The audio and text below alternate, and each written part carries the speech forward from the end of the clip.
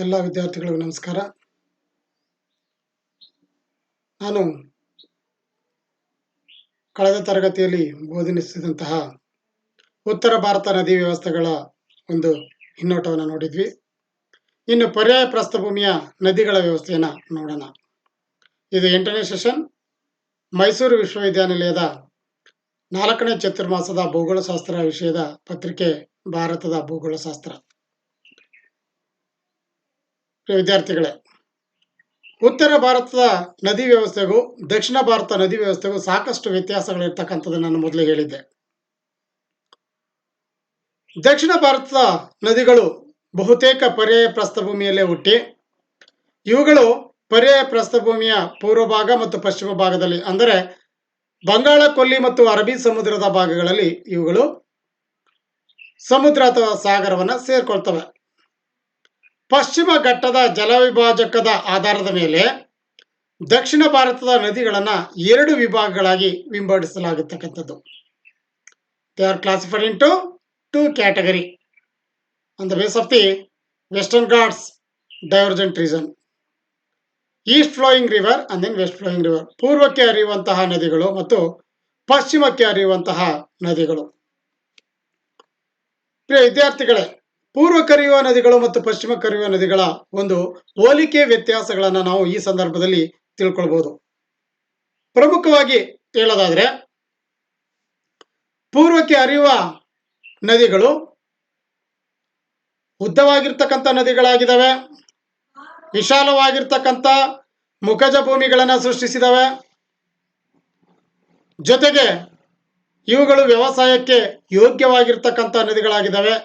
ಕೆಲವು ನದಿಗಳು ಇವುಗಳು ಜಲಪಾತಗಳನ್ನು ಸೃಷ್ಟಿಸಿದವೆ. ಅಲ್ಪ ದೂರ ಇವುಗಳು ನೌಕಾಯಾನಕ್ಕೆ ಯೋಗ್ಯವಾಗಿರ್ತಕ್ಕಂಥವುಗಳಾಗಿದ್ದಾವೆ. ಜಲವಿದ್ಯುತ್ ಶಕ್ತಿಗೆ ಸಹಕಾರಿಯಾಗಿರ್ತಕ್ಕಂಥದನ್ನ ಕಾಣ್ಬೋದು. ಪಶ್ಚಿಮಕ್ಕೆ ಹರಿಯುವ ನದಿಗಳು ಚಿಕ್ಕ ಚಿಕ್ಕ ನದಿಗಳಾಗಿದ್ದಾವೆ. ಕಡಿಮೆ ಮುಖಜ ಭೂಮಿಗಳನ್ನು ಹೊಂದಿರತಕ್ಕಂಥದ್ದು ತುಂಬಾ ಕಡಿಮೆ. ಏಕೆಂದ್ರೆ ಪಶ್ಚಿಮದ ಭಾಗಗಳು ಸಮುದ್ರದ ಒಳಗಡೆಗೆ ಚಾಚ್ಕೊಂಡಿರ್ತಕ್ಕಂಥದ್ದನ್ನು ನಾವು ಕಾಣ್ತೀವಿ. ಈ ಕರಾವಳಿ ಭಾಗಗಳಲ್ಲಿ ಅಲ್ಪ ಪ್ರಮಾಣದ ಮುಖಜ ಭೂಮಿಗಳ ಸೃಷ್ಟಿಗೆ ಕೆಲವು ನದಿಗಳು ಕಾರಣಕರ್ತೃಗಳಾಗಿದ್ದಾವೆ. ಇವುಗಳು ವೇಗವಾಗಿ ಹರಿಯುತ್ತಾ ತುಂಡು ನದಿಗಳಾಗಿದ್ದಾವೆ. ಜೊತೆಗೆ ಜಲವಿದ್ಯುತ್ ಶಕ್ತಿಯ ಉತ್ಪಾದನೆಗೆ ಪೂರಕವಾಗಿರ್ತಕ್ಕಂಥವುಗಳನ್ನು ನಾವು ಕಾಣಬಹುದು. ಹಾಗಾಗಿ ಈ ಪರ್ಯಾಯ ಪ್ರಸ್ಥಭೂಮಿಯ ನದಿ ವ್ಯವಸ್ಥೆಯಲ್ಲಿ ಇವುಗಳು ಭಾರತದಲ್ಲಿ ಅತಿ ಪ್ರಮುಖವಾಗಿರ್ತಕ್ಕಂಥವುಗಳು ಅಂತೇಳಿ ಪರಿಗಣಿಸಲ್ಪಟ್ಟಿವೆ. ಏಕೆಂದರೆ ಭಾರತ ಎಲ್ಲ ಕಾಲದಲ್ಲೂ ಮಳೆಯನ್ನು ಪಡ್ಕೊಳ್ಳೋದಿಲ್ಲ. ಬೇಸಿಗೆಯ ಕಾಲದ ಒಂದು ಸ್ಥಿತಿಯಲ್ಲಿ 10%, ಹಾಗೆಯೇ ನೈಋತ್ಯ ಅಥವಾ ಮುಂಗಾರಿನ ಅವಧಿಯಲ್ಲಿ 75%,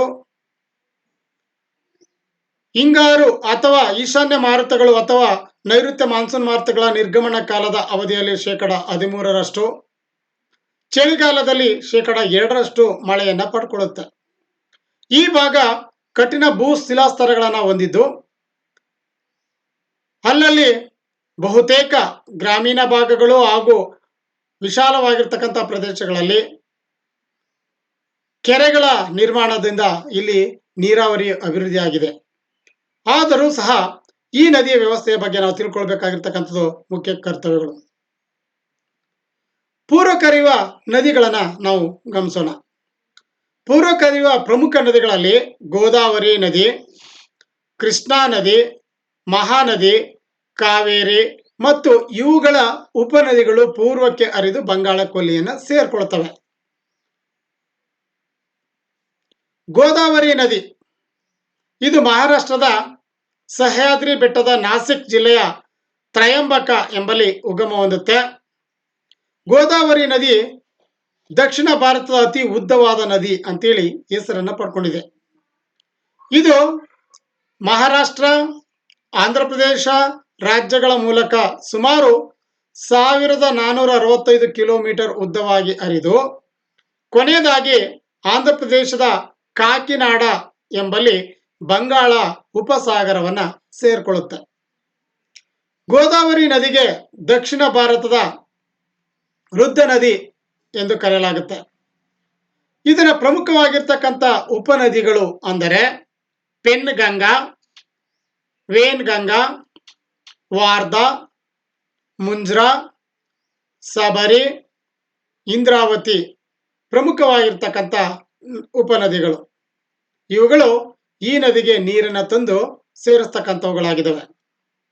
ಗೋದಾವರಿ ನದಿಯು ಆಂಧ್ರ ಪ್ರದೇಶದ ಈ ಪೂರ್ವ ಘಟ್ಟಗಳನ್ನು ದಾಟುವಾಗ ದೂಧ್ಮಾ ಎಂಬ ಜಲಪಾತವನ್ನ ನಿರ್ಮಾಣ ಮಾಡಿರ್ತಕ್ಕಂಥದ್ದನ್ನು ನಾವು ಗಮನಿಸಬಹುದು. ಎರಡನೆಯ ಪ್ರಮುಖವಾಗಿರ್ತಕ್ಕಂಥ ನದಿ ಕೃಷ್ಣಾ ನದಿ. ಕೃಷ್ಣಾ ನದಿ ಮಹಾರಾಷ್ಟ್ರದ ಸಹ್ಯಾದ್ರಿ ಬೆಟ್ಟದ ಮಹಾಬಲೇಶ್ವರ ಎಂಬಲ್ಲಿ ಉಗಮವಾಗುತ್ತೆ.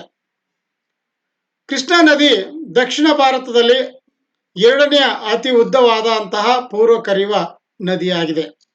ಇದು ಮಹಾರಾಷ್ಟ್ರ, ಕರ್ನಾಟಕ ಮತ್ತು ಆಂಧ್ರ ಪ್ರದೇಶ ರಾಜ್ಯಗಳ ಈ ಮೂರು ರಾಜ್ಯಗಳ ಮೂಲಕ ಹರಿಯುತ್ತಕ್ಕಂಥ ನದಿಯಾಗಿದೆ.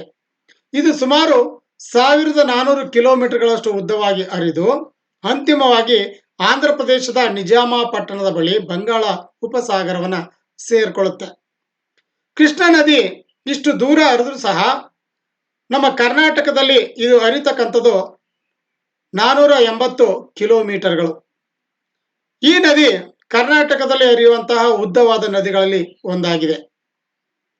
ಈ ನದಿಗೆ ಕರ್ನಾಟಕದ ಬಿಜಾಪುರ ಜಿಲ್ಲೆಯ ಈ ಬಾಗಲಕೋಟೆ ಸಮೀಪದಲ್ಲಿ ಬರ್ತಕ್ಕಂಥ ಆಲಮಟ್ಟಿಯ ಬಳಿ ಅಣೆಕಟ್ಟೆಯನ್ನು ಕಟ್ಟಲಾಗಿದೆ. ಅದೇ ರೀತಿ ನಾರಾಯಣಪುರ ಜಲಾಶಯವನ್ನು ನಿರ್ಮಾಣ ಮಾಡಲಾಗಿದೆ. ಈ ನದಿಯ ಉಪನದಿಯಾಗಿರ್ತಕ್ಕಂಥ ತುಂಗಭದ್ರಾ ನದಿಗೆ ತುಂಗಾ ಜಲಾಶಯ ಮತ್ತು ಭದ್ರಾ ಜಲಾಶಯ ಹಾಗೂ ಬಳ್ಳಾರಿಯ ಹೊಸಪೇಟೆಯ ಸಮೀಪ ತುಂಗಭದ್ರಾ ಜಲಾಶಯವನ್ನು ನಿರ್ಮಾಣ ಮಾಡಲಾಗಿರ್ತಕ್ಕಂಥದನ್ನ ಕಾಣಬಹುದು. ಈ ಒಂದು ಕೃಷ್ಣಾ ನದಿಗೆ ನೀರನ್ನು ಒದಗಿಸ್ತಕ್ಕಂಥ ಪ್ರಮುಖವಾಗಿರ್ತಕ್ಕಂಥ ನದಿಗಳು ಅಂದರೆ ಕೊಯ್ನಾ, ಯರ್ಲಾ, ವರ್ಣ, ಪಂಚಗಂಗಾ, ದೂದ್ ಗಂಗಾ, ಘಟಪ್ರಭಾ, ಮಲಪ್ರಭಾ, ಭೀಮಾ, ಮುಸಿ, ತುಂಗಭದ್ರಾ ಮುಂತಾದ ಪ್ರಮುಖವಾಗಿರ್ತಕ್ಕಂಥ ಉಪನದಿಗಳು ಇದಕ್ಕೆ ನೀರನ್ನು ಒದಗಿಸ್ತಕ್ಕಂಥವುಗಳಾಗಿದ್ದಾವೆ. ಅದೇ ರೀತಿ ಈ ತುಂಗಭದ್ರಾ ನದಿಯ ಒಂದು ಪ್ರದೇಶವನ್ನು ಗಮನಿಸ್ತಾ ಹೋದ್ರೆ ಇದು ಎರಡು ಜಲಮೂಲಗಳಿಂದ ಆಗಿರ್ತಕ್ಕಂಥ ತುಂಗಾ ಮತ್ತು ಭದ್ರಾ ಅಂತೇಳಿ. ಇದು ಇವುಗಳ ಮೂಲ ಗಂಗಾ ಮೂಲ. ಚಿಕ್ಕಮಗಳೂರು ಜಿಲ್ಲೆಯ ಈ ಒಂದು ಗಂಗಾ ಮೂಲ ಅನ್ನುವಂಥದ್ದು ಬರುತ್ತೆ. ಇವು ಎಲ್ಲಾ ನದಿಗಳು ಸಹ ಪಶ್ಚಿಮ ಘಟ್ಟಗಳ ಭಾಗಗಳಲ್ಲಿ ಉಗಮಗೊಂಡು ಪೂರ್ವದ ಕಡೆಗೆ ಹರಿಯುವಂತಹ ನದಿಗಳಾಗಿರ್ತಕ್ಕಂಥದ್ದು. ಕೃಷ್ಣಾ ನದಿ ವಿಶಾಲವಾಗಿರ್ತಕ್ಕಂಥ ಮುಖಜ ಭೂಮಿಯನ್ನ ಸೃಷ್ಟಿಸಿದೆ. ನೌಕಾಯಾನಕ್ಕೆ ಯೋಗ್ಯವಾಗಿರ್ತಕ್ಕಂಥ ಕೆಲವು ಭಾಗದಲ್ಲಿ ಇದು ಅನುಕೂಲಕರವಾಗಿರ್ತಕ್ಕಂಥದನ್ನ ನಾವು ಕಾಣಬಹುದು. ಜೊತೆಗೆ ಈ ನದಿಯ ಪಾತ್ರದಲ್ಲಿ ಹಲವಾರು ಪ್ರಮುಖವಾಗಿರ್ತಕ್ಕಂಥ ಜಲಪಾತಗಳನ್ನು ಸಹ ಸೃಷ್ಟಿಸಿರ್ತಕ್ಕಂಥದ್ದನ್ನ ನಾವು ನೋಡ್ಬೋದು. ಜೊತೆಗೆ ಘಟಪ್ರಭಾ, ಮಲಪ್ರಭಾ ಈ ನದಿಗಳ ಭಾಗಗಳನ್ನ ನಾವು ಗಮನಿಸ ಬಂದ್ರೆ ಇವುಗಳಿಗೆಲ್ಲವೂ ಸಹ ಅಣೆಕಟ್ಟೆಗಳನ್ನ ಕಟ್ಟಿ ನೀರಾವರಿಯನ್ನ ಉತ್ತರ ಕರ್ನಾಟಕದ ಭಾಗದಲ್ಲಿ ಅಭಿವೃದ್ಧಿ ಪಡಿಸ್ಕೊಂಡಿರ್ತಕ್ಕಂಥದನ್ನ ನಾವು ಕಾಣಬಹುದು. ದೂದ್ ಗಂಗಾ ಇದು ಜಲಪಾತಕ್ಕೆ ಹೆಸರುವಾಸಿಯಾಗಿರ್ತಕ್ಕಂಥದ್ದು. ಗೋವಾ ಮತ್ತು ಕರ್ನಾಟಕದ ಭಾಗದಲ್ಲಿ ಅದರಲ್ಲೂ ಬೆಳಗಾವಿಯ ಭಾಗದಲ್ಲಿ ಈ ಒಂದು ದೂದ್ ಗಂಗಾ ಜಲಪಾತವನ್ನ ಕಾಣ್ತೀವಿ. ಅದೇ ರೀತಿ ಪ್ರಮುಖವಾಗಿ ಬೆಳಗಾವಿಯ ಸಮೀಪದಲ್ಲಿ ಇರ್ತಕ್ಕಂಥ ಮತ್ತೊಂದು ಜಲಪಾತ ಈ ಘಟಪ್ರಭಾ ನದಿಯ ಒಂದು ಪಾತ್ರದಲ್ಲಿ ಕಂಡು ಬರುತ್ತೆ. ಮತ್ತೆ ಇವುಗಳು ನವಿಲು ತೀರ್ಥ, ಮಲಪ್ರಭಾ ನದಿಯ ಒಂದು ಜಲಾಶಯವನ್ನ ನಾವು ಕಾಣಬಹುದು. ಈ ರೀತಿಯಾಗಿ ಕೃಷ್ಣ ಮತ್ತು ಅದರ ಉಪನದಿಗಳು ಉತ್ತರ ಕರ್ನಾಟಕದ ಭಾಗದ ಪ್ರಮುಖವಾಗಿರ್ತಕ್ಕಂಥ ಅರೆ ಶುಷ್ಕ ಪ್ರದೇಶಕ್ಕೆ ರಾಯಚೂರು, ಬಳ್ಳಾರಿ, ಗುಲ್ಬರ್ಗ ಮುಂತಾದ ಈ ಒಂದು ಭಾಗಗಳಲ್ಲಿ ನೀರನ್ನು ಒದಗಿಸ್ಕೊಡ್ತಕ್ಕಂಥ ಪ್ರಮುಖವಾಗಿರ್ತಕ್ಕಂಥ ನದಿ ವ್ಯವಸ್ಥೆ ಕೃಷ್ಣಾ ನದಿ ವ್ಯವಸ್ಥೆ. ಮೂರನೇದಾಗಿ ಕಂಡು ಬರ್ತಕ್ಕಂಥದ್ದು ಮಹಾನದಿ. ಮಹಾನದಿಯು ಛತ್ತೀಸ್ಗಢ ರಾಜ್ಯದ ರಾಯಪುರ ಜಿಲ್ಲೆಯ ಸಿಮ್ಮಾವ ಎಂಬಂತಹ ಬಳಿಯಲ್ಲಿ ಉಗಮಗೊಳ್ಳುತ್ತೆ.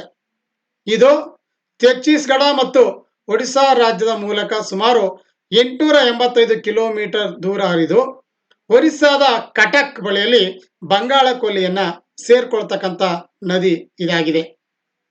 ಈ ನದಿ ತನ್ನ ಹರಿಯುವ ಮಾರ್ಗದಲ್ಲಿ ಒಡಿಸ್ಸಾದಲ್ಲಿ ಅಪಾರ ಪ್ರಮಾಣದ ಒಂದು ಪ್ರವಾಹವನ್ನು ಏರ್ಪಡಿಸಿ ಸಾವು ನೋವುಗಳಿಗೆ ಕಾರಣವಾಗುತ್ತೆ. ಆ ಕಾರಣಗಳಿಂದಾಗಿ ಈ ಒಂದು ಮಹಾನದಿಗೆ ಅಡ್ಡಲಾಗಿ ಹಿರಾಕುಡ್ ಬಳಿಯಲ್ಲಿ ಒಂದು ಉದ್ದವಾಗಿರ್ತಕ್ಕಂಥ ಅಣೆಕಟ್ಟೆಯನ್ನ ಕಟ್ಟಲಾಗಿದೆ.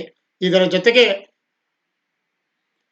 ಟಿಕಾರಪಾರ ಮತ್ತು ನಾರಜ್ ಅನ್ನುವಂತಹ ಅಣೆಕಟ್ಟೆಗಳನ್ನ ಕಟ್ಟಲಾಗಿದೆ. ಈ ಒಂದು ಮಹಾನದಿಗೆ ನೀರನ್ನು ಒದಗಿಸ್ಕೊಡ್ತಕ್ಕಂಥ ಪ್ರಮುಖವಾಗಿರ್ತಕ್ಕಂಥ ಉಪನದಿಗಳು ಅಂದರೆ ಸುವರ್ಣರೇಖಾ, ಶಿವನಾಥ್, ಆಜೋ, ಮುಂಡ್, ಏಬ್ ಮತ್ತು ಋಷಿಕುಲ್ಯ ನದಿಗಳು ಪ್ರಮುಖವಾಗಿ ಈ ನದಿಗೆ ನೀರನ್ನು ಒದಗಿಸ್ಕೊಡ್ತವೆ. ಅದೇ ರೀತಿ ದಕ್ಷಿಣ ಭಾರತದಲ್ಲಿ ಅತಿ ಪ್ರಮುಖವಾಗಿರ್ತಕ್ಕಂಥ ನದಿ ಕಾವೇರಿ ನದಿ. ಕಾವೇರಿ ನದಿಯನ್ನ ದಕ್ಷಿಣದ ಗಂಗೆ ಅಂತೇಳಿ ಕರೆಯಲಾಗುತ್ತೆ. ಕಾವೇರಿ ನದಿಯು ಪಶ್ಚಿಮ ಘಟ್ಟಗಳ ಶ್ರೇಣಿಯ ಬ್ರಹ್ಮಗಿರಿ ಬೆಟ್ಟಗಳಲ್ಲಿನ ತಲಕಾವೇರಿ ಎಂಬಲ್ಲಿ, ಅಂದರೆ ಕರ್ನಾಟಕದ ಕೊಡಗು ಜಿಲ್ಲೆಯ ಭಾಗಮಂಡಲದ ಸಮೀಪ ಇರತಕ್ಕಂಥ ತಲಕಾವೇರಿಯ ಬಳಿಯಲ್ಲಿ ಉಗಮಗೊಳ್ಳುತ್ತೆ.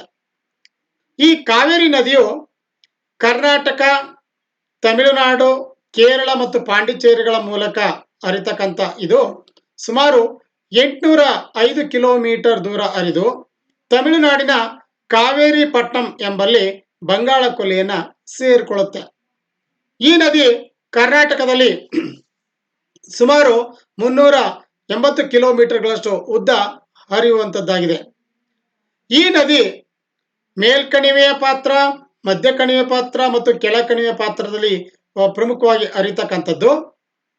ತನ್ನ ಹರಿಯುವ ಮಾರ್ಗದಲ್ಲಿ 3 ಅಂತರ್ನದಿ ದ್ವೀಪಗಳನ್ನು ಒಳಗೊಂಡಿದೆ.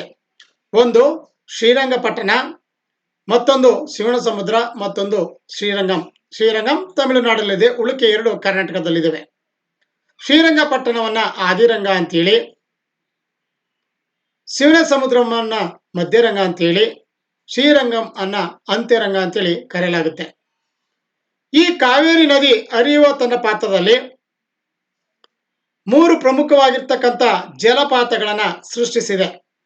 ಅದರಲ್ಲಿ ಪ್ರಮುಖವಾಗಿ ಚುಂಚನಕಟ್ಟೆ ಜಲಪಾತ, ಗಗನಚುಕ್ಕಿ, ಭರಚುಕ್ಕಿ ಜಲಪಾತಗಳು ಅಂದರೆ ಶಿವನ ಸಮುದ್ರದಲ್ಲಿ ಕಂಡು ಬರ್ತಕ್ಕಂಥದ್ದು.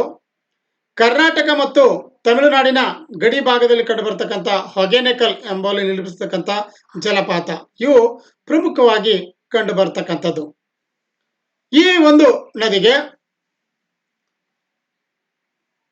ಎಡಭಾಗದಲ್ಲಿ ಹಾಗೂ ಬಲಭಾಗದಲ್ಲಿ ಹಲವಾರು ಉಪನದಿಗಳು ಬಂದು ನೀರನ್ನ ಸೇರಿಸ್ತವೆ. ಅವುಗಳಲ್ಲಿ ಪ್ರಮುಖವಾಗಿ ಕಂಡುಬರ್ತಕ್ಕಂಥ ಉಪನದಿಗಳೆಂದರೆ ಹೇಮಾವತಿ. ಈ ಹೇಮಾವತಿ ನದಿಗೆ ಹಾಸನದ ಗೊರೂರಿನ ಸಮೀಪ ಅಣೆಕಟ್ಟೆಯನ್ನ ಕಟ್ಟಲಾಗಿದೆ, ಹೇಮಾವತಿ ಜಲಾಶಯವನ್ನ. ಲೋಕಪಾವನಿ, ಹರ್ಕಾವತಿ, ಲಕ್ಷ್ಮಣ ತೀರ್ಥ, ಕಬಿನಿ, ಸುವರ್ಣವತಿ, ಅಮರಾವತಿ, ಹಾರಂಗಿ, ಸಿಂಷಾ, ಭವಾನಿ ಮುಂತಾದವುಗಳು ಇವುಗಳ ಉಪನದಿಗಳಾಗಿ ಕಾಣಬಹುದು. ಕಬಿನಿ ನದಿಗೆ ಎಚ್.ಡಿ. ಕೋಟೆಯ ಸಮೀಪ ಕಬಿನಿ ಜಲಾಶಯವನ್ನ ನಿರ್ಮಾಣ ಮಾಡಲಾಗಿದೆ. ಅದರ ಉಪನದಿಯಾಗಿರ್ತಕ್ಕಂಥ ನುಗು ನದಿಗೆ ನುಗು ಜಲಾಶಯವನ್ನ ನಿರ್ಮಾಣ ಮಾಡಲಾಗಿದೆ. ಅದೇ ರೀತಿ ಹಾರಂಗಿ ಇದರ ಉಪನದಿ. ಈ ಹಾರಂಗಿ ನದಿಗೆ ಹಾರಂಗಿ ಜಲಾಶಯವನ್ನ ನಿರ್ಮಾಣ ಮಾಡಲಾಗಿರ್ತಕ್ಕಂಥದನ್ನು ನಾವು ಕಾಣಬಹುದು. ಅದೇ ರೀತಿ ಈ ಕಾವೇರಿ ನದಿಗೆ ಪ್ರಮುಖವಾಗಿ ಕೃಷ್ಣರಾಜ ಸಾಗರ ಜಲಾಶಯವನ್ನ ನಿರ್ಮಾಣ ಮಾಡಲಾಗಿದೆ ಮತ್ತು ತಮಿಳುನಾಡಿನ ಮೆಟ್ಟೂರು ಜಲಾಶಯವನ್ನ ನಿರ್ಮಾಣ ಮಾಡಿರ್ತಕ್ಕಂಥದ್ದನ್ನು ಕಾಣಬಹುದು. ಅಂದ್ರೆ ಕೃಷಿ, ಕೈಗಾರಿಕೆ, ಮೀನುಗಾರಿಕೆಯ ಅಭಿವೃದ್ಧಿಗಾಗಿ ಕುಡಿಯಲು ನೀರು ಹಾಗೂ ಪ್ರವಾಹದ ನಿಯಂತ್ರಣ ಹಾಗೂ ವಿಶಾಲವಾಗಿರ್ತಕ್ಕಂಥ ಈ ಒಂದು ಭಾಗದಲ್ಲಿ ನಾವು ಕಾವೇರಿ ನದಿಗೆ ಈ ಒಂದು ಲಕ್ಷಣಗಳನ್ನ ನಾವು ಕಾಣ್ತೀವಿ. ಜೊತೆಗೆ ತನ್ನ ಹರಿಯುವ ಮಾರ್ಗದಲ್ಲಿ ಬಹು ಆಳವಾಗಿರ್ತಕ್ಕಂಥ ಮೇಕೆದಾಟು ಕಂದರವನ್ನ ಈ ಒಂದು ನದಿ ನಿರ್ಮಿಸಿಕೊಂಡಿರ್ತಕ್ಕಂಥದ್ದನ್ನ ನಾವು ಕಾಣಬಹುದು. ಪ್ರಿಯ ವಿದ್ಯಾರ್ಥಿಗಳೇ, ಈ ರೀತಿ ನಾವು ಪೂರ್ವ ಕರೆಯುವಂತಹ ನದಿ ವ್ಯೂಹವನ್ನ ನಾವು ಕಾಣ್ತಾ ಇದ್ದೀವಿ. ಧನ್ಯವಾದಗಳು.